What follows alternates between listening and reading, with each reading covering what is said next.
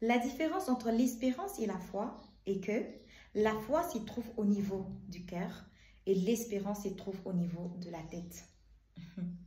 Nombreux aujourd'hui ne croient pas, mais espèrent. Écoutez ceci.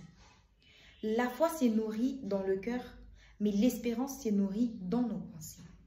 Avec la foi, on s'y pose des questions du genre pourquoi, quand, comment, par qui, avec qui, où, sans avoir une réponse au-dedans de nous, sans savoir comment Dieu va le faire pour réaliser cela. Mais avec l'espérance, on s'y pose ces genres de questions tout en ayant une idée derrière la tête. Je vous explique.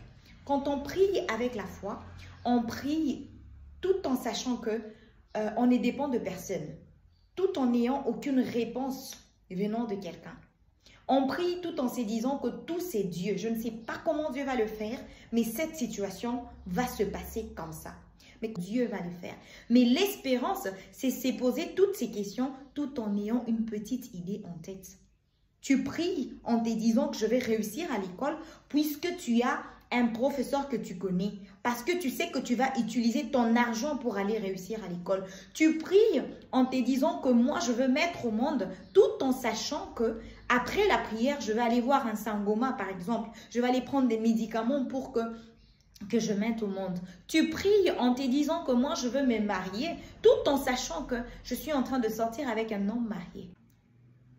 Écoute, la foi s'est nourrie dans nos cœurs, mais l'espérance dans notre tête, dans nos pensées. Dieu n'exauce pas nos prières, il exauce notre foi. Notre foi captive le regard des dieux vers nous, le sais-tu? Si la foi vient de ce qu'on entend, fais attention à ce que tu prêtes oreille. Fais attention à ce que tu entends. La clé de l'entretien, de notre communion avec Dieu, c'est la foi. Le combat que le diable a envers nous aujourd'hui, il ne combat pas contre ton mariage, il ne combat pas contre tes finances, contre tes enfants, contre ta prospérité. Non, le diable combat ta foi parce qu'il sait que s'il a ta foi, il combat tous les domaines de ta vie.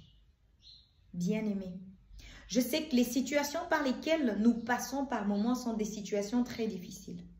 Je sais qu'il y a des situations auxquelles tu te dis, Dieu ne me connaît plus, Dieu m'a oublié.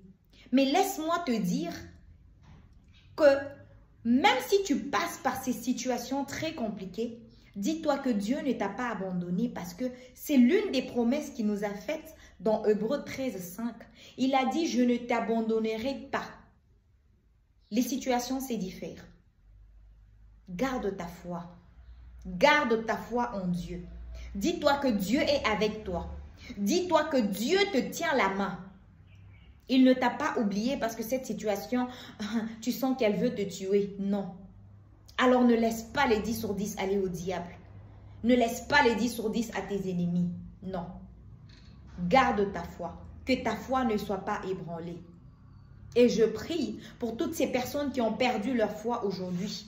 Que votre foi soit retrouvée au nom de Jésus-Christ. Que Dieu restaure encore une fois votre foi dans tout ce que vous faites, dans vos prières au nom de Jésus-Christ. Je vais finir par cette phrase. Une prière sans la foi est une prière vaine. Tu peux pleurer, crier, sauter, mais aussi longtemps que tu n'as pas la foi dans ce que tu fais, tu passes ton temps pour rien. Que Dieu t'aide, que Dieu nous aide. Partage pour la gloire de Dieu, afin que non seulement une personne soit sauvée,